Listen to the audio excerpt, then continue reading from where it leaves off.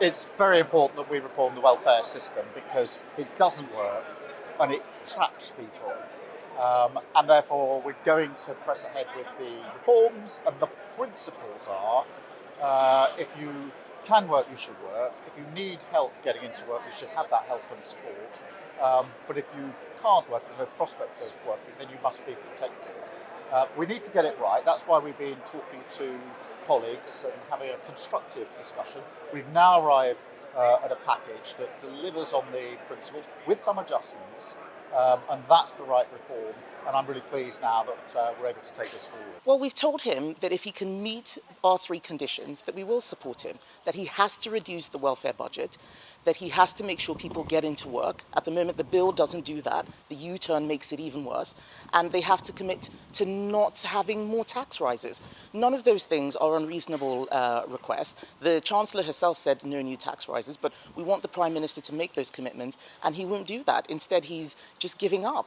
And that's why we're very worried about our ability to pay for defence, about our ability as a country to get anything done. If they can't solve minor problems, how are they going to deal with the big ones? The changes still mean we can deliver the reform that we need, and that's very important because the system needs to be a system that is fit for the future, and this system isn't fit for the future. And all colleagues are signed up to that.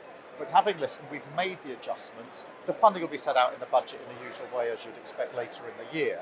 But the most important thing is that we can make the reform we need. We talk to colleagues who've made powerful representations, as a result of which we've got a package which I think will work and we can get it right. And for me, getting that package adjusted in that way is the right thing to do. It means it's the right balance, and it's common sense that we can now get on with it. Okay, this is an interview for BBC Wales. One of the things that we need to do is get people back into work. That's going to be a game changer. Their plans, according to their own impact assessment, don't get people back into work. How do we do that? Let's start by looking at the assessments. During COVID, for understandable reasons, we had remote assessments. That has continued. It needs to stop. There are a lot of people who should be at work who are just ringing up, who are getting benefits that they're not entitled to. And we also need to look at the huge increase in low-level conditions like anxiety. Many of the new claims are for conditions like that.